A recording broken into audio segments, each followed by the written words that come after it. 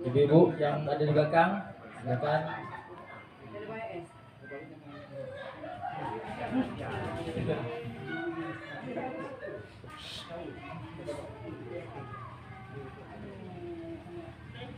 Bismillahirrahmanirrahim. Assalamualaikum warahmatullahi wabarakatuh. Alhamdulillahirabbil alamin. Wassalatu wassalamu ala asyrafil anbiya wal mursalin wa ala alihi wa sahbihi rasulillah ajma'in. Asyhadu an la ilaha illallah wa asyhadu anna Muhammadar Rasulullah. Allahumma shalli ala sayyidina Muhammad wa ala ali sayyidina Muhammad. Alhamdulillah, bersyukur kepada Allah Subhanahu wa taala yang mana pada pagi hari ini masih dengan kesempatan telah hadir bersama-sama di panggung seni kantor Seni Rapat ini dalam rangka pengajian pagi Jumat. Kemudian salam dan salam bersama-sama kita hadiahkan kepada junjungan alam dan besar Muhammad sallallahu alaihi wasallam. Mengucapkan Allahumma shalli ala sayyidina Muhammad wa ala ali sayyidina Muhammad. Baiklah bapak-bapak, ibu-ibu yang dirahmati Allah Subhanahu wa taala, saya mengisi dari kita hari ini Pak Ustaz Muhammad Najib seperti biasa. Kalau ada pertanyaan, ada pengajian, dipersilakan untuk bertanya langsung kepada Pak Ustaz. Baiklah, untuk kita pada waktu bersama kita dengarkan pengajian dari Pak Ustaz. Dari Pak Ustaz, waktu yang tepat kami persilakan.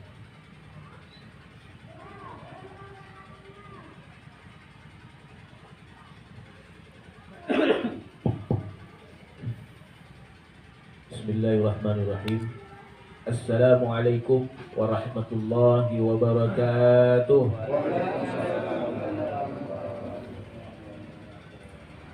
Alhamdulillahilladzi arsala rasulahu bil huda wa dinil haqq liyudhhirahu 'ala ad-dini kullihi wa kafaa billahi shahida. Asyhadu an la ilaha illallah wahdahu la syarika lah dzul 'izzati wal quwwa. Wa asyhadu anna sayyidina Muhammadan abduhu wa rasuluhul mustafa. Allahumma shalli wa sallim ala sayyidina Muhammad wa ala alihi wa ashabihi wa man ittaba'a huda. Amma ba'd.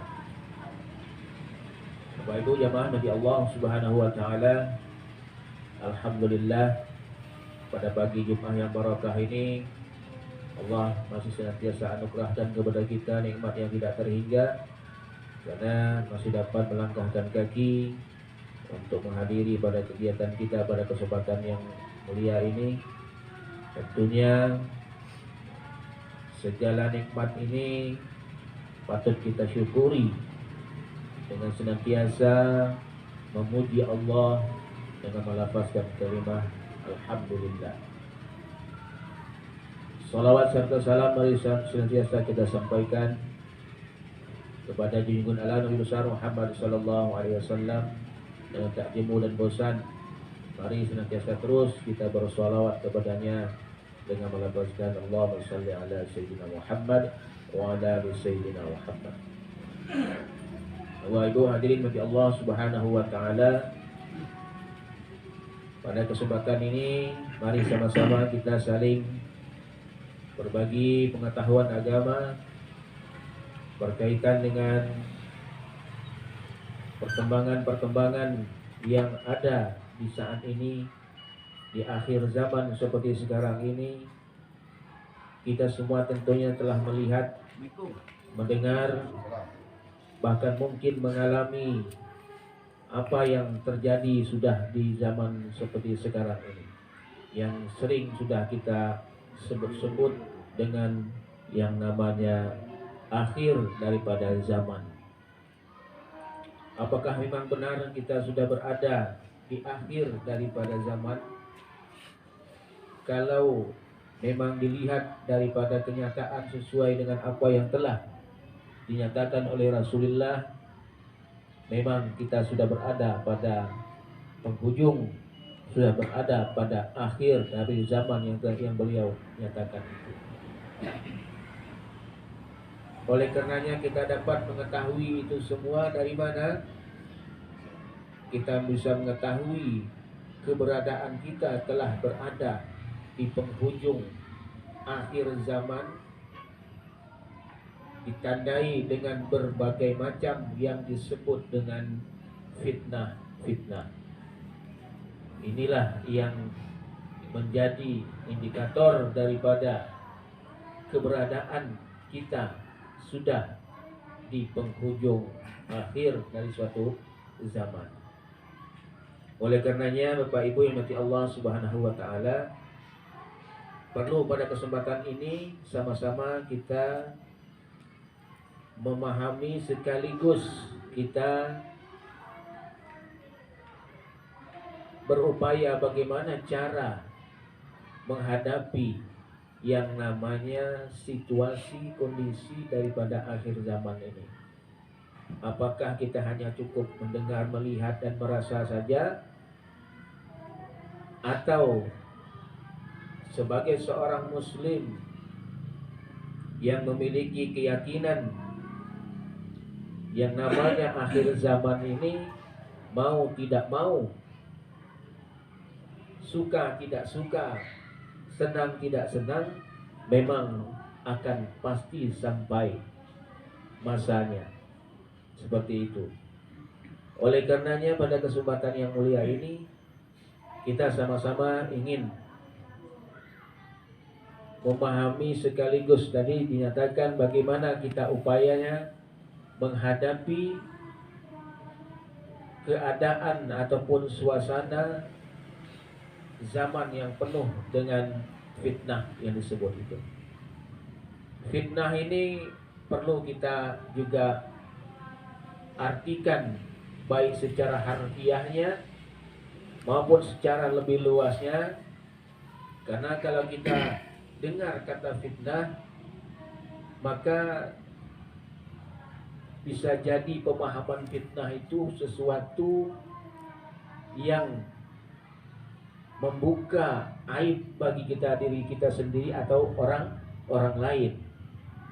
Tetapi fitnah yang ada di akhir zaman ini sesungguhnya adalah kekacauan yang timbul, apakah diakibatkan oleh diri kita sendiri, sekitaran kita ataupun orang-orang lain, ujian, cobaan dan lain-lain sebagainya, maka itu sesungguhnya adalah fitnah. Dan yang paling nampak fitnah yang dinyatakan oleh Rasulullah di akhir zaman itu adalah di mana terjadinya huru-hara di sana sini dengan berbagai macam perilaku-perilaku yang tidak terpuji. Begitu juga terjadinya yang namanya ikhtilaf, perbedaan pemikiran, perbedaan pendapat yang sangat-sangat mendasar, sehingga menimbulkan perpecahan dengan perbedaan itu. Dan ini telah nyata nampak di hadapan kita. Kalau kita sekarang melihat di media sosial itu, Bapak Ibu, Masya Allah, inilah luar biasa, gitu kan? Berbicara tentang pemikiran, maka pemikiran memang jelas, pemikiran antara satu dengan yang lain itu memang berbeda. Sulit untuk menyatakan ingin mencarikan satu titik pemikiran dari berbagai macam pemikiran itu. Tetapi Islam mengajarkan adanya perbedaan terhadap pemikiran itu sesungguhnya harus menjadi kita lebih memahami antara satu dengan yang lainnya. Tetapi di akhir zaman, yang namanya perbedaan yang kecil justru dibesar-besarkan, apalagi yang besar. Oleh karenanya inilah diantaranya tanda bahwasanya kita memang sudah ada di akhir zaman. Maka Rasulullah Sallallahu Alaihi Wasallam dalam sebuah hadisnya menyatakan bagaimana keadaan kalau sudah kita berada di akhir zaman seperti sekarang ini. Beliau menyatakan, Rasul menyatakan, badiru bil a'mali fitanan kaqata'il laili muzlim, kaqata'il laili mazlum.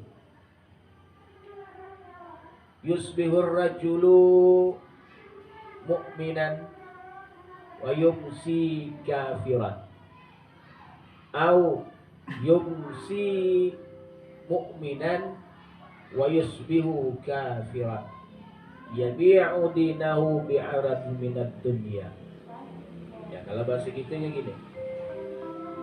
Jadi di akhir zaman ini diperintahkan kita apa? Badiru bil a'mal. Kita mestinya segera untuk melakukan amal-amal kebaikan sebanyak-banyak mungkin sebelum datang yang namanya fitnah ini. Ini kita tidak tahu ini bahwasanya fitnah ini sudah ada. Maka cara kita yang terbaik adalah segerakanlah lakukan amal-amal kebaikan yang dapat kita lakukan sebelum fitnah-fitnah itu benar-benar datang ke hadapan kita, menghampiri kita atau bahkan menimpa pada diri kita. Karena dinyatakan bahwasanya yang namanya akhir zaman ini ya kaqata'il lail maghlum, dia datang seperti potongan-potongan malam yang gelap. Jadi kalau malam itu kan antara siang dengan malam itu tidak terasa gitu. Sekarang siang tiba-tiba malam aja. Apalagi malam tak sadar dah siang. Maka dinyatakan saat itu bagaimana yusbihur rajulu mu'minan. Seseorang itu pada paginya dia dalam keadaan beriman, wa yumsiu kafiran. Tapi pada waktu sore dia bisa menjadi kafir. Atau sebaliknya au yumsiu mu'minan wa yusbihu kafiran. Sorenya dia beriman, paginya dia jadi kafir. Ini tantangan di akhir zaman Rasulullah katakan. Yabi'u dinahu, ia jualkan agamanya. Kenapa? Karena ia jualkan agamanya bi'aradin minad dunya, dengan kemewahan dunia. Oleh karenanya kekacauan di akhir zaman itu, fitnah-fitnah yang luar biasa itu diakibatkan berlomba-lombanya orang bukan untuk saling mencari kebaikan, berlomba-lomba untuk melakukan kebaikan, tapi justru berlomba-lomba untuk mencari daripada dunia. Sehingga dinyatakan oleh Rasulullah, akibat di akhir zaman tuntutan keadaan. Bisa jadi di pagi hari orang mengaku Islam, sorenya tidak lagi Islam. Ataupun sebaliknya di sorenya dia Islam, maka di waktu malam ataupun paginya dia bisa menjadi kafir. Ini na'udzubillah. Oleh karenanya, Bapak Ibu yang di Allah Subhanahu wa taala, keadaan-keadaan yang seperti ini bagi kita seorang muslim yang sangat mengerti, mestinya demikian. Kenapa kita harus wajib mengerti? Karena keadaan yang demikian ini yang kita nyatakan tadi tidak akan bisa kita hindari bagaimanapun caranya, tetapi harus kita hadapi dengan cara-cara yang telah dinyatakan oleh Allah dan juga Rasulullah. Jadi hindari itu bukan sesuatu yang mungkin, karena tak mungkin nak kita hindari, tetapi dia adalah kenyataan yang mesti datang ke hadapan kita. Nah, oleh karenanya harus kita hadapi dengan cara-cara yang islami. Inilah yang perlu kita pahami. Bagaimana cara menghadapi daripada situasi, kondisi fitnah yang ada di akhir zaman. Maka di dalam Islam, apa yang harus kita perkuatkan? Kalaulah sudah kita yakin berada di akhir zaman seperti sekarang ini, apa nak kita buat? Kan gitu kan? Jangan sampai kita duduk termenung, menghayal, memikirkan keadaan, tetapi tidak ada solusi yang kita lakukan. Islam tidak pada mengajarkan seorang muslim itu berpangku tangan terhadap sesuatu apapun, termasuk menghadapi keadaan. Ya paling tidak, kalau kata orang itu, minimal dia berusaha dengan doanya, itu paling tidak. Tetapi Islam mengajarkan dalam hal ini, menghadapi daripada akhir zaman, yang paling pertama dan utama harus kita mantapkan bagi diri kita masing-masing adalah memantapkan keyakinan kita kembali, memantapkan akidah kita kembali kepada Allah Subhanahu wa Ta'ala. Karena itulah yang menjadi dasar pokoknya kenapa perbedaan, perselisihan dan lain-lain sebagainya sehingga mengantarkan kepada kebinasaan, karena lemahnya di dalam berkeyakinan. Karena kalau orang sudah yakin Allah yang maha atas segala sesuatunya, dan dia mesti percaya perbedaan-perbedaan itu semuanya telah ditentukan, telah diatur, telah dimanage oleh Allah Subhanahu wa Ta'ala. Tinggal siapa diri kita yang mestinya kita pahami untuk menjalaninya. Dikarenakan keyakinan tidak mantap, tidak kuat, ketika ada perbedaan Allah titipkan, Allah anugerahkan, Allah berikan kepada kita, maka perbedaan itu dijadikan sebagai bahan untuk menimbulkan berbagai macam permasalahan. Jadi Islam itu kalau kita mantapkan keyakinan, memandang perbedaan, pada hakikatnya itu adalah sesungguhnya anugerah. Ketika kita pandang perbedaan adalah anugerah, maka di dalam jiwa seseorang itu mesti dia akan berlapang dada menerima, selagi perbedaan itu tidak merusak kepada akidah yang sebenarnya. Yang namanya hidup pasti berbeda. Betul tidak? Berbeda. Mana ada boleh jadi kata satu? Yang satu itu hanya siapa? Hanya Allah. Yang satu itu hanya Allah. Yang esa itu hanya Allah. Adapun yang lain tidak akan pernah untuk bisa jadi satu. Maka kalau kita bisa memahami yang namanya akidah keyakinan tadi dengan benar, kenapa kita harus jadikan perbedaan itu rusak semuanya? Gitu kan? Kehidupan ini justru malah jadi tidak indah. Maka dari itu, perbedaan itu pada mana hakikatnya untuk memperindahkan daripada kehidupan manusia. Apakah perbedaan dalam hal apapun sebenarnya? Maka Islam kalau memandang, termasuk sekalipun sebenarnya urusan masalah ketuhanan itu sendiri, Islam tidak pernah memberikan penekanan ataupun pemaksaan kepada siapapun. Maka tidak heran di muka bumi ini ya banyak Tuhan yang lain selain Tuhan yang sesungguhnya. Adakah Islam sebenarnya marah? Adakah sebenarnya Islam itu memusuhi? Tidak ada. Nabi tidak pernah mengajarkan memusuhi kepada orang yang berlainan Tuhan. Pernah kita dengar? Tidak ada.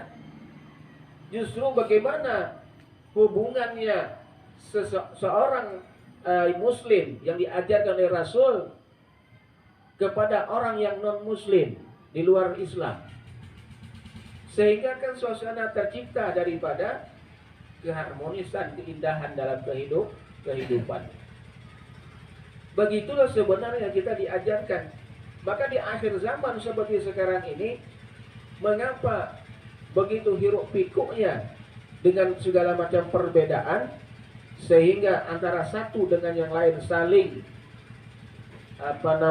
gontok-gontokan, gitu kan, baik dalam hal keilmuan, pemikiran dan segala macam. Ya. Nah, perbedaan-perbedaan itu kalau mau kita benar-benar pahami, ya silahkan, tidak masalah. Toh di dalam keluarga saja yang jelas-jelas ya, satu keturunan, satu perut, satu rahim, dah sama tak kita di dalamnya, dalam rumah ni? Tak sama kan? Mesti berbeda. Mesti berbeda. Apalagi dia laki-laki ataupun perempuan, yang sama-sama saja, sama-sama apa? Sama serupa, pakai pinang dibelah dua, kata orang. Apa itu? Kembar, si kembar. Bagaimanapun dia tetap memiliki perbedaan, ada perbedaan. Jadi untuk menghilangkan perbedaan itu mustahil. Karena orang yang ingin menghilangkan perbedaan, hakikatnya menghilangkan kebesaran Tuhan. Maka dinyatakan tadi bahwasanya di akhir zaman seperti sekarang ini, supaya jangan larut kita ini dalam apa? Dalam kebingungan adanya fitnah-fitnah ini, mantapkan kembali akidah kita kepada Allah. Maka orang yang meyakini selalu sudah masak dengan akidahnya, sudah mantap dengan akidahnya, maka setiap sesuatu yang dipandang, mesti pandangannya akan mendatangkan senyuman, bukan malah mendatangkan cemoohan. Beda dengan orang yang tidak memandang dengan akidah keyakinan yang mantap. Mandang itu selalu dengan cemoohan. Tidak boleh ada perbedaan. Kalau ada perbedaan dengan satu dengan yang lain, mesti jadi masalah, jadi buah bibir, jadi pembicaraan sana sini dan lain sebagainya. Yang pada hasilnya akhirnya muncullah yang nama jadi kekacauan-kekacauan, diakibatkan tidak memahami baik dan benar perbedaan tersebut. Maka jadilah kita dengar bahwasanya perbedaan di dalam Islam itu sangat lumrah, sehingga dia dinyatakan yang namanya perbedaan itu mendatangkan rahmat. Inilah perbedaan yang memandang kepada Zat yang Maha Esa. Adapun kita tidak esa, artinya kalau berbeda itu memang sudah sunatullah bagi kita. Oleh karena Bapak Ibu dimati Allah, ya, jadi yang pertama sekali tadi di akhir zaman seperti sekarang ini, menghadapi fitnah-fitnah yang ada, mantapkan keyakinan kita kepada Allah Subhanahu wa ta'ala. Maka untuk mantapkan akidah ini perlu yang namanya belajar dengan baik dan benar, pahami baik ilmu ketuhanan yang baik yang benar. Karena kalau tanpa ada pemahaman baik dan benar, walaupun ada ilmu, biasanya ilmunya juga lah yang menjerumuskan kepada kebinasaan. Maka seperti zaman sekarang ini, bukan orang-orangnya bodoh, Justru yang membuat kekacauan itu orang bodoh atau orang pintar? Barang orang pintar. Orang-orang pintar yang buat kekacauan itu. Justru kalau orang di kampung, mohon maaf nih, kalau tak percaya, orang-orang kampung tak ada masalah, no problem. Asal dah makan, asal dah dapat tidur sedap, ada kerja, aman. Betul tak Pak? Kan gitu kan? Tapi yang membuat kekacauan di muka bumi ini bukan orang bodoh sebenarnya. Orang-orang pintar. Orang-orang berilmu. Kalau kita lihat di media, buka HP, buka YouTube. Kalau yang hobi dengan agama, dilihat, Masya Allah. Buka ini begini nyatanya, buka begini ya. Ada kelompok yang begini, ada kelompok begini. Kalau tidak punya dasar yang kuat, pegangan yang kuat, keyakinan yang kuat, ya, bisa jadi memang tak jarang orang itu yang tadinya baik menjadi justru tidak baik. Karena terpengaruh. Siapa yang pengaruhi? Orang-orang pintar. Maka beruntunglah sebenarnya orang di kampung-kampung itu, yang apalagi tinggal di pelosok-pelosok itu, selamat deh. Dengan informasi, tapi zaman sekarang tak bisa selamat lagi, begitu ya? Nyebar. Karena yang namanya media ini, justru orang kampung lebih canggih daripada orang kota, kan begitu. Nah, ini Masya Allah. Maka tidak heran perkembangan di daerah-daerah pelosok itu, ya, jauh lebih pesat teknologinya ketimbang orang-orang di kota. Karena kalau di kota mungkin masih dapat menyaring mana yang baik, mana yang tidak. Tapi kalau sudah dia yang namanya di pelosok sana, tak mau tahu, yang penting dia main internet gitu deh. Kan gitu kan? Nah begitu. Baik Bapak Ibu dimati Allah Subhanahu wa taala. Dan itu yang pertama, mantapkan akidah kita kepada Allah. Kemudian yang keduanya adalah, ya, kita harus meminta perlindungan kepada Allah. Tidak ada tempat yang berhak untuk berlindung kecuali Allah, itu yakin. Maka dasarnya akidah yang mantap. Setelah mantap akidah kita, mintalah kepada Allah akan perlindungan. Karena tempat berlindung yang hakiki itu hanya kita kepada Allah. Artinya segala sesuatu yang ada di sekitaran kita, diakibatkan apapun yang membuat kita ini menjadi tidak senang, membuat kita ini menjadi sakit, apakah perasaan dan lain sebagainya, maka tempat kita untuk berlindung serahkan kepada Allah. Kalau tidak demikian, maka terkadang manusia itu meminta perlindungannya kepada sesama manusia. Kalau mintanya kepada sesama manusia, mungkin hari ini dapat numpang berlindung, besok dapat numpang berlindung. Kalau lah sampai sebulan nak berlindung lagi, nak dengan orang itu, kan tidak lagi. Kira-kira logikanya seperti itu. Tapi kalau kita yakin tempat perlindungan yang sebenarnya kepada Allah, mau keadaan hiruk pikuk bagaimanapun, yakin kita akan berada pada posisinya, kita akan berada pada relnya, sehingga kita tidak mudah untuk digelincirkan ataupun tergelincir.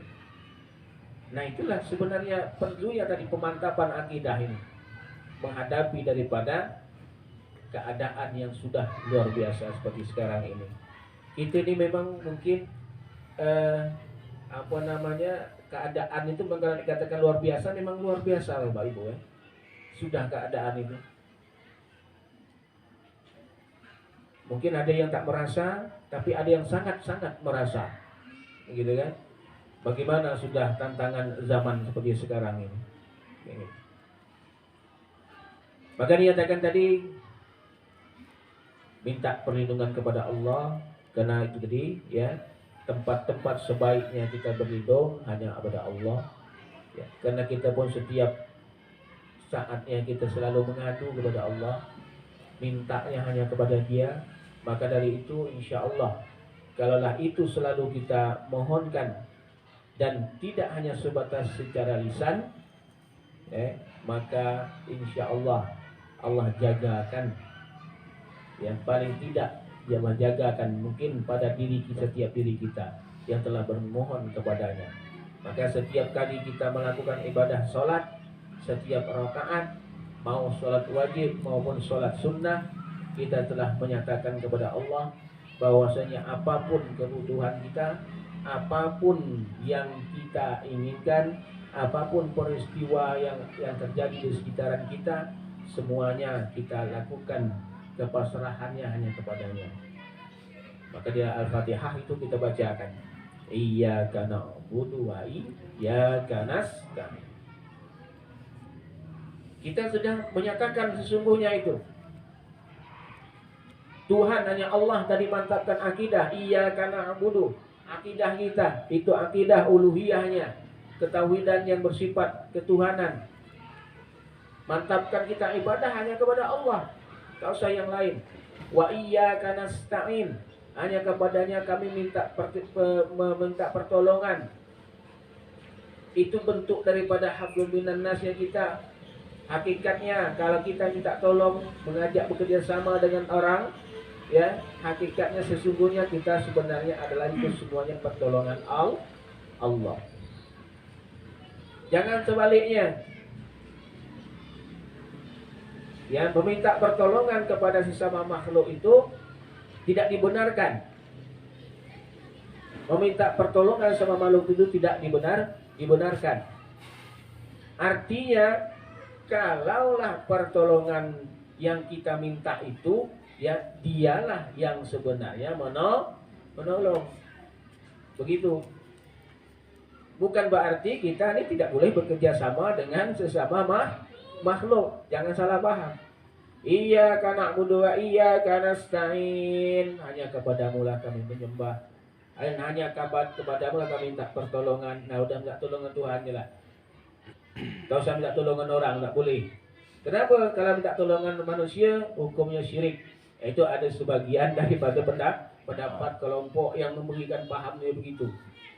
Kalau begitu kacau jadi kehidupan ini. Kalau sakit, ya, nak pergi ke rumah sakit, tak usah minta tolongan Tuhan hantarkan. Suruh Tuhan bawa ambulan. Kan gitu lah. Itu ada pemahaman yang terlalu sempit. Maka tadi berakidah ini perlu pemahaman. Ya, jadi jangan sampai keliru. Yang dimaksud tidak boleh meminta pertolongan kepada manusia itu menyandar secara hakikatnya dialah yang satu-satunya menolong. Adapun kita makhluk ini Allah ciptakan sebagai asbabnya. Maka hukum Allah jadikan, Allah ciptakan namanya hukum sebab akibat. Yang di dalam ilmu ketuhanan hakikatnya tidak ada. Karena Allah itulah, ya, yang berperan, Allah lah yang menentukan. Adapun hukum sebab akibat Allah ciptakan supaya memudahkan, mengindahkan proses kehidupan makhluk. Kan gitu. Dari rumah nak ke kantor. Kalau kata orang, kau ke kantor pakai apa? Pakai Honda. Kalau yang berpaham mana bisa Honda kau bawa kau ke kantor. Kalau kau yakinkan Honda kau bawa ke kantor, itu syirik adanya. Betul. Karena Honda yang bawa ke kantor kan dia. Kan begitu. Tapi nyatanya menurut logikanya memang jelas Honda yang kita bawa sampai ke kantor. Namun yang namanya bicara tentang hakikat tadi, ya, hakikat itu bahasa kita ya, yang sebenarnya tidak ada yang digerakkan dan tidak ada yang bergerak, semuanya Allah yang mengizinkan. Maka di saat kita dari rumah membawa sepeda motor kemanapun kita pergi, memang kita harus berkeyakinan Semuanya itu adalah dalam kekuasaannya Allah. Allah ciptakanlah sesuatu itu dengan segala kesempurnaannya juga sebagai sarana mempermudah, memperindah. Terjebaknya kita di dalam hal ini adalah ketika kita melakukan sesuatu atau memanfaatkan sesuatu yang Allah ciptakan, Allah tidak ada di dalamnya. Nah, begitulah yang jadi masalahnya. Oleh karena itu yang kita sebut tadi, kekacauan ini juga demikian. Karena Tuhan Allah ini tidak ada di dalam perannya, itu tidak ada, maka sehingga manusia membuat perannya sendiri-sendiri. Dialah yang sok mengatur, dialah yang merasa paling bagus. Termasuk dalam berpikir, dalam berpendapat. Kenapa ada kelompok ekstrim memberikan pendapat dalam agama? Dialah yang paling benar, yang lain itu salah. Ada kan? Tak boleh sebut salah kita. Kita berjalan pun lah kikuk. Jalan kita pun salah. Apa tak salah? Jalan kita bid'ah tu jalan kita. Kita berjalan bid'ah. Cara jalan kita bid'ah. Kan begitu kan? Wadah kacau sudah. Semua tak betul. Maka bagaimana kita memandang yang seperti itu? Ya, selagi itu tidak menjurus kepada arah, mungkin dalam kehidupan itu mungkin merusak daripada tatanan kehidupan, misalnya sampai mengarah kepada fisik dan segala macam, ya tentu kita hadapi dengan senyuman, mantapkan keyakinan, ya, karena yakin mereka yang berprinsip seperti ini tadi menyatakan dia punya hak veto dalam menentukan kebenaran. Padahal kalau kita nyatakan kebenaran itu sesungguhnya milik Dewa. Al-haqqu min rabbik. Kebenaran itu dari Tuhan Allah. Kalau yang kebenaran yang maha kebenaran itu nya Allah, ya kenapa pula ada orang nak ngaku paling benar? Sederhana sebenarnya cara berpikirnya. Kan begitu? Nah, itu disitulah di antaranya. Maka kita termasuk, ya, perlu juga saya sampaikan, ya, dengan adanya pendapat-pendapat yang ekstrim seperti ini, ya, karena mereka memang mohon maaf secara akidah itu, ya, tidak betul-betul, ya, berpegang teguh kepada akidah yang sebenarnya. Maka kalau dikatakan akidah yang sebenarnya, kita ini harus banyak pelajari, ya, yang disebut ahli sunnah wal jamaah, yang dimana akidahnya itu berpegang kepada mazhab Imam Al-Asy'ari wal Maturidi, gitu kan? Nah, maka kalau kita ini diantaranya dasar-dasar yang harus kita pahami, belajarlah akidah itu melalui mengenal Tuhan, melalui sifat-sifat Allah yang disebut dengan sifat 20. Itu penting Bapak Ibu. Kalau sekarang lah jarang anak-anak muda yang nak belajar sifat 20. Jadi 20 sifat tu banyak yang tak hafal. Dia lebih banyak hafal nama-nama artis dan HP tu kan. Nah, itu kan, tu baru nama, bukan faham namanya dia tak hafal. Apa namanya? Saya berharap betul sebenarnya mungkin kajian-kajian seperti itu mungkin bagaimana ada yang memotori, apakah dari desa, misalnya tadi Tanjung Harapan, ya, ada waktu memang kajian-kajian tentang sifat 20 ini kita bangkitkan kembali. Kenapa?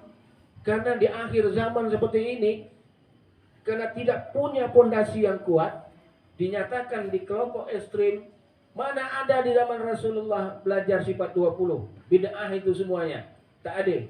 Karena tak punya pegangan, maka lemah. Akhirnya pelan tinggalkan.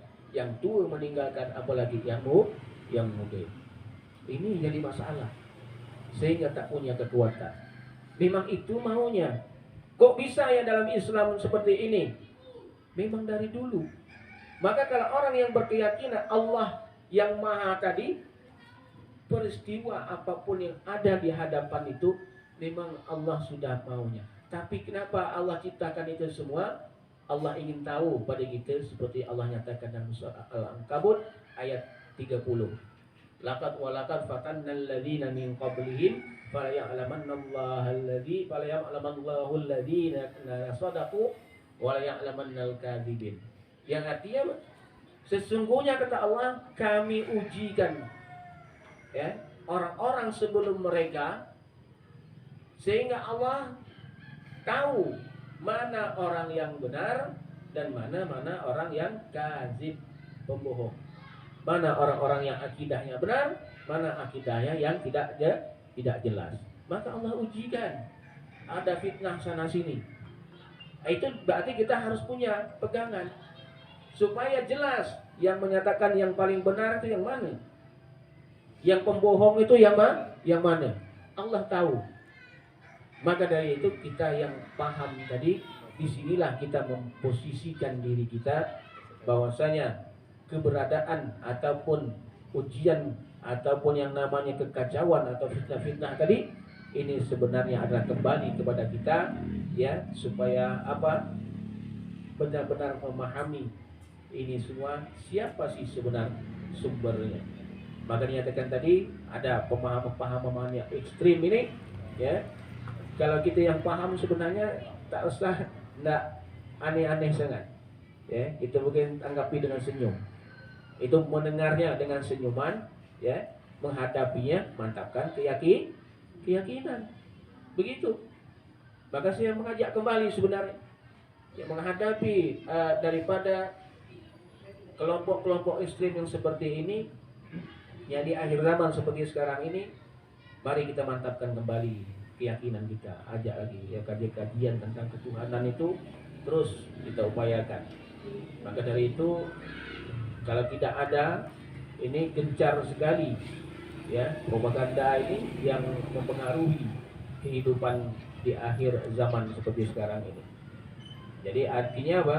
Kalau sudah bicara tentang kelompok-kelompok ekstrim yang mengaku best of the best tadi ya, maka kita yang dianggap mereka itu tidak berada dalam jalan yang benar ya, banyak jalan yang salah, maka artinya kita ini semuanya menjadi penghuni neraka yang Allah aja. Tak ada gunanya kita beramal, tak gunanya kita berbuat. Maka tidak bisa kita kita layani yang namanya dengan debat, karena mereka pun juga ahli debat. Kalau diajak bercakap, justru mereka juga ahli cakapnya, debatnya. Ya, oleh karena itu hanya kita mantapkan keyakinan. Baik, kebahagiaan dari Allah Subhanahu wa taala. Jadi itu yang kedua, minta perlindungan kepada Allah. Yang ketiga, ya, di menghadapi daripada fitnah zaman seperti sekarang ini, kita harus banyak-banyak belajar bersabar. Itulah kata kuncinya. Memang kata sabar enak dicakap. Betul, baik? Semua kita kalau ada masalah, ada kawan yang lagi punya masalah, pergi dekat telinga dia, kita kabar, sabar wai, sabar. Main gitu tapi sabar. Betul, baik? Sabar wai, sabar. Ucap kan gitu, sabar. Kan begitu. Oleh karena itu kesabaran itu dinyatakan as-sabru nisful iman. Kesabaran itu merupakan separuh daripada iman. Kalaulah sudah hilang sabar, menghilang iman. Kalaulah hilang iman, yang itu jelas ya, hilang kontrol. Akal sehat tidak akan pernah bisa bicara. Maka semau-maunya saja dia melakukan. Nah, oleh karena ini dalam menghadapi situasi dan kondisi yang dinyatakan akhir zaman seperti sekarang ini, tingkat kesabaran itu butuh untuk kita latihkan terus bermohon kepada Allah. Karena yang namanya sabar itu, Masya Allah, kalau ditanya apakah ada batasan, tak ada batasnya sabar. Kalaupun ada orang yang menyatakan aku tak bisa baik, rasa aku lah hilang sabar kawan, lah habis gitu sabar kawan. Itu bukan habis, memang hilang, memang ada. Iman yang pasti tidak ada, maka tidak ada sabar. Selagi ada imannya, insya Allah ada sabar. Selagi ada sabar, pasti ada imannya. Nah, oleh karena itu, perlu untuk mengimbangi yang nama sabar itu pengimbang. Ya, dari segala sesuatu yang ada. Nah, oleh karena perintah sabar ini merupakan perintah yang luar biasa ibadahnya. Bahkan Allah nyatakan dalam Al-Quran, wasta'inu bis-sabri was-shalah. Mintalah pertolongan dengan perantaran sabar dan sholat. Sabar dulu baru sholat. Sholat dulu baru sabar dulu.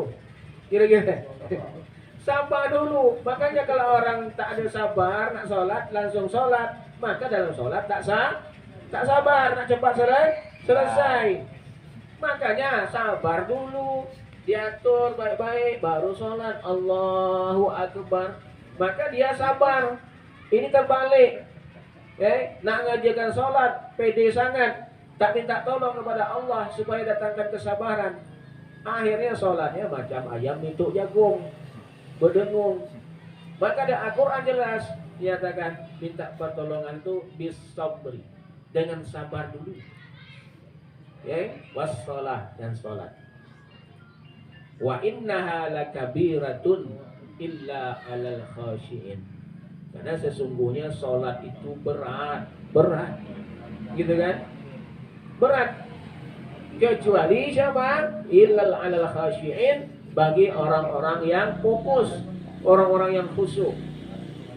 Maka kalau ditanya bagaimana nak belajar sabar, belajar sabar itu belajarlah melalui sholat. Karena kalau sholat saya sudah tak sabar, maka di luar sholat mesti diyakini jadi orang yang tak sabar.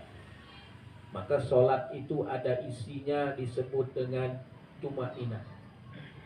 Tumakninah itu mengajarkan sabar. Allahu Akbar, berhenti deh, betul. Subhana rabbiyal azimi wa bihamdi. Berhenti jenak. Subhana rabbiyal azimi wa bihamdi.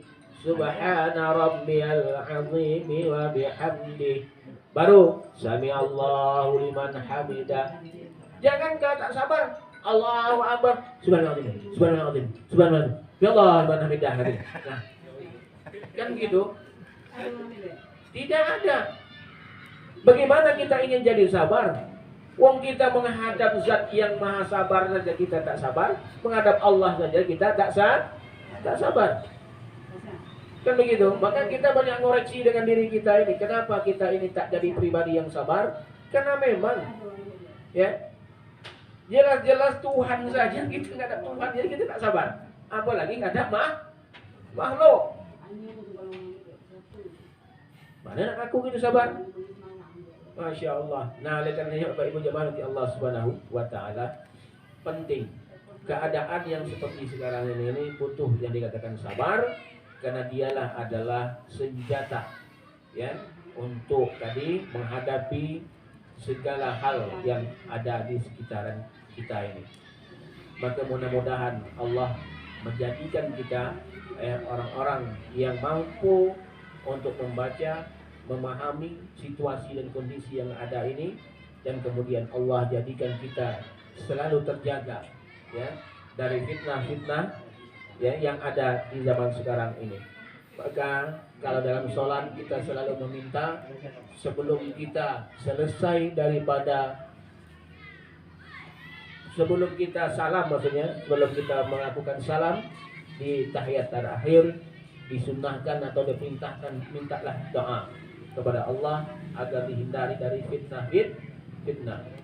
Kan gitu kan? Terutama fitnah apa? Min fitnatil masihid dan dajjal. Allahumma inni a'udzubika min azabil qabri wa min azabin nar wa a'udzubika min fitnatil mahya wal mamat. Dari kekacauan kematian dan kehidupan, wa min fitnatil masihid dajjal, dan fitnah-fitnah kekacauan yang ditimbulkan dajjal. Maka akhir zaman ini dajjal itu. Jadi dajjal itu sudah ada, ada dajjal itu. Mohon maaf, jangan-jangan sudah ada di dalam diri kita dajjal itu kan. Apa dajjal itu? Allah Jadi yang jelas kalau sudah disebut dajjal itu sesuatu yang jelek. Maka perkara yang jelek yang banyak pada diri seseorang itu, maka disitulah namanya dajjal. Makanya kalau dah kelaku budak yang tak senonoh itu dikata untuk kau ni dajjal betul. Kelaku kau ni kata dia. Memang begitu. Nah, oleh karenanya nak mengangkatnya dajjal itu ya tadi mantapkan keyakinan itu. Kembali kepada Allah, minta perlindungan kepada Allah, banyak-banyak bersabar. Baik jemaah Allah Subhanahu wa taala. 3 je dulu tu ya. Kita coba bersama-sama sedikit mungkin memahami situasi kondisi yang ada di zaman sekarang ini yang disebut dengan akhir zaman. Apakah memang betul? Kalau ditanya apakah memang betul, memang betul. Cuma kata orang itu kalau nak nunggu dia, kalau ibarat orang itu kan sudah koma, tinggal nunggu titik, kan gitu kan? Kalau dah titik itu berarti dah habis, tak ada lagi kan? Nah, jadi kita ni sudah koma, kan begitu? Sudah koma kita ni, cuma tak sadar kalau lagi koma, tak? Makanya tu sebelum sampai pada titiknya, nah, maka cepat-cepat kita pahami itu semua. Baik, jemaah Allah Subhanahu wa taala, mungkin ada yang ingin menambah atau bahkan berbagi, silakan. Silakan untuk materi singkatan padat sementara seperti itu saja dulu. Sebentar. Baik, terima kasih. Ada pertanyaan Bapak, Ibu kait dengan yang disampaikan Pak Ustaz tadi? Silakan. Sebelah kanan kami. Silakan Pak.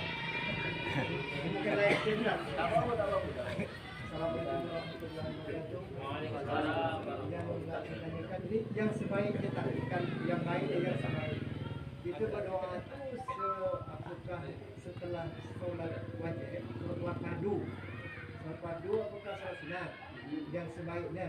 Terus yang kedua dia saya ingin tahu itu ada sujud yang terakhir itu terlalu lama dia sujud itu apakah ada doa khusus itu yang tak kasih. Baik, untuk berdoa apakah sebaiknya doa setelah sholat fardu atau selesai sholat sunnah itu. Jadi kalau bicara tentang doa, ya doa yang dianjurkan, ya. Kalau bicara dengan doa yang sebenarnya, sesungguhnya dalam sholat pun kita sudah berdoa. Sholat itu sendiri bahkan artinya ad-doa'u, permohonan. Nah, akan kata kita punya hajat yang lain selain apa kebutuhan, karena kita ini kan banyak kebutuhan minta. Ada A sampai Z semua disebut kadang kan, saking tak ada. Nah, maka kapan waktunya yang bagus, maka dinyatakan dalam sebuah hadis itu adalah selesai sholat maktubah. Apakah sholat maktubah langsung selesai sholat, apa sunnahnya dulu? Kan mungkin pertanyaannya gitu tadi kan. Ya. Maka kalau pada kita yang biasa kita lakukan, ritual ibadah yang zikir yang kita lakukan, selesai sholat 5 waktu kita lakukan zikir. Itu perintah, iya perintah zikir. Fa idza qadaitumus shalah fadhkurullaha qiyaman wa qu'udan. Apabila engkau telah selesai melakukan sholat, gitu kan? Menunaikan sholat, fadhkurullah, zikirlah kalian, ingatlah kalian kepada Allah qiyaman wa qu'udan, dan keadaan berdiri maupun duduk.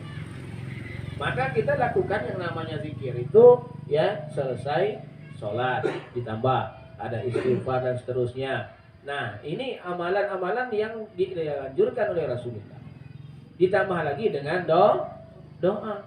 Doa itu termasuk juga zikir. Maka yang baiknya gimana? Selesai sholat 5 waktu. Itu waktu yang afdal, yang paling istimewa. Nah, gitu. Kalau misalnya saya habis sholat, Assalamualaikum, langsung saya sunat, misalnya, begitu kan? Salat sunnah, sudah salat sunnah saya doa, boleh, tak apa-apa, tak masalah. Karena hukumnya di situ tidak ada menegaskan wajib daripada zikirnya seperti itu. Tapi kalau nak ikut itu kesepakatan atau petunjuk ulama, jadi habis sholat itu kita lakukan zikir. Setelah zikir baru doa, begitu. Selesai doa baru kita sholat sunnah, dan begitu. Nah, begitulah. Mengecualikan kalau gitu tuh ada hal-hal yang bersifatnya mendadak. Ya. Dapatnya apa? Salat wajib. Selesai salat wajib, kita salat sunnah, apa itu sudah misalnya. Silakan, tidak masalah. Nah, seperti itu. Kemudian yang kedua yang tadi sujud terakhir. Apakah ada doa khusus? Tidak ada doa khusus. Yang baik itu kita minta sujud terakhir. Setelah itu kalaupun harus mintalah supaya jadi husnul khatimah. Nak minta kaya, misalnya tadi, nak minta apa? Kalau akhirnya tidak didapatkan husnul khatimah, ya kata orang Melayu sama dengan pemohon. Kira-kira begitu. Maka yang kita harapkan adalah dalam kehidupannya akhirnya berakhir dengan yang terbaik, insyaallah. Maka itu yang kita minta. Kalau ada yang minta panjang-panjang, boleh tidak? Silakan. Kalau dia sholat sendiri. Kalau dia jadi imam, jangan lama-lama. Kalau ditinggal makmum, atau makmum tidur sebelum subuh, kacau itu. Ini namanya imam tak ngerti. Apa batasannya? Ada tak batasan orang menambah doa di dalam sujud itu? Kan gitu kan? Maka tidak jauh beda dengan bacaan tasbih itu sendiri. Tasbih berapa kali? 3 kali. Nah itulah. Subhana rabbiyal azimi wa bihamdi. Subhana rabbiyal azimi wa bihamdi. Subhana rabbiyal azimi wa bihamdi. Maka permohonannya pun itulah rentang waktunya. Nah sebegitu. Kalau jadi imam. Kalau nak sendiri tadi silakan. Asal jangan sampai tertidur pula di dalam sujud. Allahu Akbar. Kan gitu. Nah, begitu insyaallah. Ya. Boleh lagi Pak, tanya Pak. Boleh. Ini Pak ya, langsung aja Pak. Iya. Masalah fitnah tadi Pak. Jadi dengan yang kata Pak Ustaz tadi, kita ini sampailah ke fitnah akhir zaman Pak ya. Fitnah Dajjal. Sering kita dengar ceramah atau kisah. Salah satu kita nak menghindari fitnah berjam-jam, kita harus menghafal Al-Kahfi yang pertama 10 awal dan terakhir 10 akhir. Apakah benar Pak? Itu jangan penjelasan. Kemudian banyak kan tadi mengingat waktu untuk sementara seperti itu Pak. Untuk menghindari fitnah daripada akhir zaman, fitnah Dajjal, kita mesti banyak-banyak ingat kepada Allah. Di antaranya bacalah surah Al-Kahfi, ya, yaitu apa nama tadi? 10 ayat pertama terakhir misal umpama tadi kan, apakah memang begitu adanya? Baik itu di antara, bukan satu-satunya, di antara amalan. Itu namanya amalan, sangat perlu. Maka kita butuh yang namanya beramal, ya, istiqomah, ya. Nah ini apa? Untuk menolak, karena yang mampu menolak itu kan ada doa, yang bisa menolaknya, yang bisa merubah, yang bisa melirik pandangan Allah itu adalah doa. Jadi doa ini bisa, bukan arti kata doa itu yang merubah, tapi Allah senang dengan permohonan hambanya, sehingga dengan permohonan itu, ya, Allah lirik kenyataan yang begini menjadi begini. Nah, karena itu doa itu pun adalah doa yang dikehendaki oleh Allah. Sehingga oleh karena itu maka dinyatakan ad-doa silahul mukminin. Doa itu senjatanya orang-orang beriman, bukan yang lain senjata kita. Maka nanti kalau untuk menghadapi hal seperti ini, dia memang benar. Di antara bukan satu-satunya, di antaranya perbanyakkan baca Quran. Kalau tak sanggup banyak baca Quran, mungkin ada sebagian, ada satu surah, ya, yang menjadikan rutinitas amalan kita bersama untuk dibaca misalnya tadi. Ya silakan. Maka masuklah misalnya tadi membaca surah Yasin misalnya tadi kan, atau tadi surah Al-Kahfi setiap di malam Jumat. Masya Allah, ya. Nah ini diantaranya kita untuk menolak daripada fitnah-fitnah di akhir zaman. Ini untuk kita, mungkin orang sekitar kita, atau bahkan bisa mampu di wilayah kita, kan gitu. Artinya kalaupun fitnah itu sudah merebak kemana-mana, sampai pun ke tempat kita, tapi ibaratnya bukan tidak sampai. Cuma kata orang itu kalau tadi sampai melebur satu biji besar begini, dia mungkin sedikit sampai juga. Tapi apa? Allah berikan keringanan, ya, diakibatkan daripada sebab apa tadi? Amal-amal kita itu, doa. maka butuh yang namanya kita berdoa. Bagi kalau orang tak berdoa itu, masya Allah. Ya. Nah begitulah insya Allah. Jadi itu benar. Itu diantara daripada upaya ataupun usaha menghindari daripada fitnah-fitnah akhir zaman. Ada lagi Pak? Ibu, silakan Pak. Assalamualaikum warahmatullahi wabarakatuh. Di zaman ini kita kan ada 5 fase Ustaz. Saya dengar ya. Kita ini udah masuk fase yang keempat. Gitu. Nah, Jadi dari ada namanya alam roh, ya kan? Alam rahim, alam dunia, 3 dah, alam barzah, alam kubur 4, alam akhirat 5. Kita ni dah masuk ke yang ketiga. Dah. Nah, 2 dah. ya, maksudnya fase Pak, fase. Fase apa kehidupan kita ni. Ini kan ciri-ciri kiamat dekat tu kan dah nampak Pak. Ya. Seperti kita saya nonton di YouTube tu, macam di Arab tu kan orang dah berlumba-lumba membangun kan. Bangun gedung. Jadi maksud saya tanya, apakah kita ni sudah termasuk di zaman akhir ni, daripada sifat-sifat manusia ni kan nampak ni. Taat beribadah tapi dosa jalan terus kan. Baik tingkah laku anak-anak kita, kawan-kawan kita, memang betul fitnah di mana-mana. Tapi di sini yang saya nak tanya kan, apakah seperti yang kita bermain api ni sudah termasuk zaman fitnah juga? Dah termasuk ikut dajal gitu kan? Sekarang kan kalau duduk orang tua, kalau duduk dia berzikir. Kita lah duduk main api kan? Itu dah termasuk ciri-ciri saya. Apakah itu dah termasuk kita tu? Ya. Baik, memang di antara alamat tu ada ciri-ciri tanda-tanda daripada akhir zaman. Ya.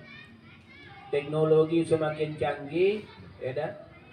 Perbaur antara kebaikan dan keburukan yang tak nampak lagi, gitu kan? Seakan-akan nampaknya baik, rupanya buruk. Orang di masjid tegak aja gitu kan? Dikira kawan datang dari belakang, dia kira sembahyang, rupanya dia tak main api. Jadi kawan tu bermakmum dengan dia. Kan gitu, nampaknya baik, rupanya tak baik. Rupanya dia lagi nonton macam-macam di dalam tu kan? Kan gitu. Itu diantaranya kan? Jadi yang salahnya salah teknologinya atau salah mananya? Teknologinya tidak salah. Ya, keadaan tidak salah. Yang salah orang yang memahami keadaan. HP ini adalah sesuatu yang bermanfaat dan juga bisa jadi tidak bermanfaat, tergantung pada siapa yang memandang. Kan gitu kan? Nah, itu dia. Bukan berarti kita menyatakan teknologi yang sudah ada di zaman seperti sekarang ini adalah ya yang menghantarkan kepada kiamatnya. Teknologi itu tidak menghantarkan kepada kiamat, tapi orang yang memahami teknologi, yang melakukan teknologi itulah yang membawa kepada kebinasaan. Maka dengan zaharal fasadu fil barri wal bahar bima kasabat aydinnas. Telah nampak kerusakan di laut, di darat, apa semua itu olahnya manusia itu sendiri yang punya olah, bukan masalah teknologinya. Kira gitu. Tapi kalau teknologinya diolah dengan baik oleh manusia yang bertanggung jawab, maka akan menjadilah alamnya justru malah indah. HP yang canggih ini dimanfaatkan oleh orang yang mampu memanfaatkan dengan baik, maka jadi keindahan. Diisilah dengan Al-Quran, diisi dengan zikir, diisi, Masya Allah. Sehingga di mana-mana tak perlu lagi bawa Al-Quran yang mana tuh, yang besar ini kemana-mana gitu. Begitu butuh buka baca Al-Quran. Kan begitu. Itu ketika berada di tangan orang-orang yang bertanggung jawab. Maka nyatakan tadi betul ya. Keadaan yang ada sekarang ini ya dah, dengan teknologi yang serba luar biasa itu ya, lah kata orang Melayu nyatakan yang di zaman sekarang ini yang tidak dapat dibuat lagi oleh manusia, kira-kira begitu ya. Nah, ini ya antara tanda-tandanya. Kenapa? Karena manusia tadi sudah mengkiblatkan, sudah mentuhankan teknologi. Begitulah yang membuat rusaknya itu. Jadi sehingga Tuhan itu tidak ada lagi. Semuanya Tuhannya sudah pindah ke HP. Betul. Nah, maka dinyatakan orang tua dulu pegangnya tasbih, Tunduk. zikir. Anak kita sekarang juga tasbih, Pak. Tasbih. Oh, ya, gitu kan? Lincah tangan dia mainnya. Kan gitu kan? Bertasbih juga dia. Allahu Akbar. Nah, begitulah masalah yang terjadi. Maka tadi permasalahan itu muncul kenapa? Karena kita tak siap menerima kehadiran ini. Tak siap kita. Tak siap secara apa? Secara hakikat, secara akidah, secara keyakinan kita tak siap. Makanya tak siap itu tadi lah, ya. Kata orang tuh memakainya sesuka-suka gitu. Ya, mengakibatkan daripada kebinasaan itu tadi. Inilah yang perlu dipahami. Saya kira seperti itu. Bukan masalah teknologinya, ya, tapi orangnya. Maka Al-Quran menyatakan tadi, kerusakan itu yang nampak di laut, di darat dan segala macam itu bukan masalah. Itu memang akibat daripada olah manusia itu sendiri. Alam ini tidak akan pernah berubah. Alam ini tidak akan berubah dengan luar biasa kalau tidak ada yang mengolahnya. Maka diberi amanah oleh Allah yang namanya makhluk dijadikan khalifah di muka bumi ini, kita manusia yang sanggup mengolahnya. Kan begitu. Tapi setelah diberi amanah itu justru semena-mena. Maka akibat pun siapa yang menanggung? Ya, kita sendirilah yang menanggung akibatnya. Nah, inilah yang perlu juga kita pahami. Insyaallah sebentar itu. Sabar. Baik, ada lagi Bapak-bapak, Ibu pertanyaan? Kami persilakan. Ada lagi? Ada lagi Pak? Baik, kalau ada lagi, mohon maaf, mungkin itu saja dapat sampaikan pada kesempatan ini, mudah-mudahan bermanfaat. Sebelum kita tutup, mari sama-sama kita berdoa sejenak kepada Allah. Mudah-mudahan apa yang menjadi hajat kita, apa yang menjadi keinginan kita, Allah ijabah, Allah kabulkan, dan kemudian Allah selalu jagakan pada diri kita, akidah kita sampai akhir hayat kita. Ala hadhihi wa ala salihah ila hadratil Mustafa Muhammad sallallahu alaihi wasallam. Al-Fatihah. أعوذ بالله من الشيطان الرجيم. بسم الله الرحمن الرحيم.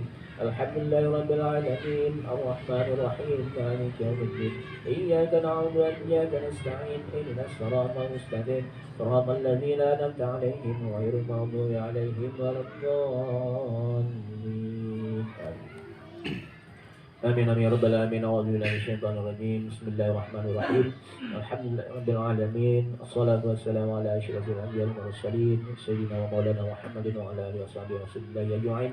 اللهم إنا نسألك بحق الفاتحة ونعوذ بك بالقرآن العظيم وسر المساني أن تتحلنا بكل خير وأن تتفضل علينا بكل خير وأن تجعلنا من أهل الخير وأن تعاملنا معاملة أهل الخير وأن تحفظنا من أدياننا وأنفسنا وأولادنا وأهلنا وأصحابنا وأحبابنا من كل رحمة وفتنة وبؤس وضير إنك ولد خير ومتفضل بكل خير ومعطي بكل خير يا أرحم الراحمين. اللهم افتح لنا أبواب الخير وأبواب البركة وأبواب القوى وأبواب الرزق والصحة والعافية وأبواب السلامة وأبواب الجنة. اللهم عافنا من كل بلاء الدنيا وعذاب الآخرة وشر الدنيا وشر الآخرة وصلى الله لنا برحمتك يا أرحم الراحمين. ربنا تقبل دعانا إنك أنت السميع العليم وتب علينا يا مولانا إنك أنت التواب الرحيم. ربنا آتنا في الدنيا حسنة وفي الآخرة حسنة وقنا عذاب النار. صلى الله على محمد وعلى الله سبحانك اللهم تحية يا سلام وآخر دعوانا الحمد لله رب العالمين. Sekian, ihdinas siratal mustaqim. Subhanakallahumma bihamdika asyhadu an la ilaha illa anta astaghfiruka wa atubu ilaik. Assalamualaikum warahmatullahi wabarakatuh. Baik, demikian pengajian Jumat itu yang disampaikan oleh Pak Ustadz Muhammad Najib. Mudah-mudahan apa yang disampaikan Pak Ustadz tadi bermanfaat bagi kita semua dan dapat kita harapkan yang kita bisa berhati ya. Baik, sama-sama kita tutup dengan bagi tutup majelis. Subhanakallahumma wa bihamdika asyhadu an la ilaha illa anta astaghfiruka wa atubu ilaik. Wabillahi taufiq wal hidayah. Wassalamualaikum warahmatullahi wabarakatuh.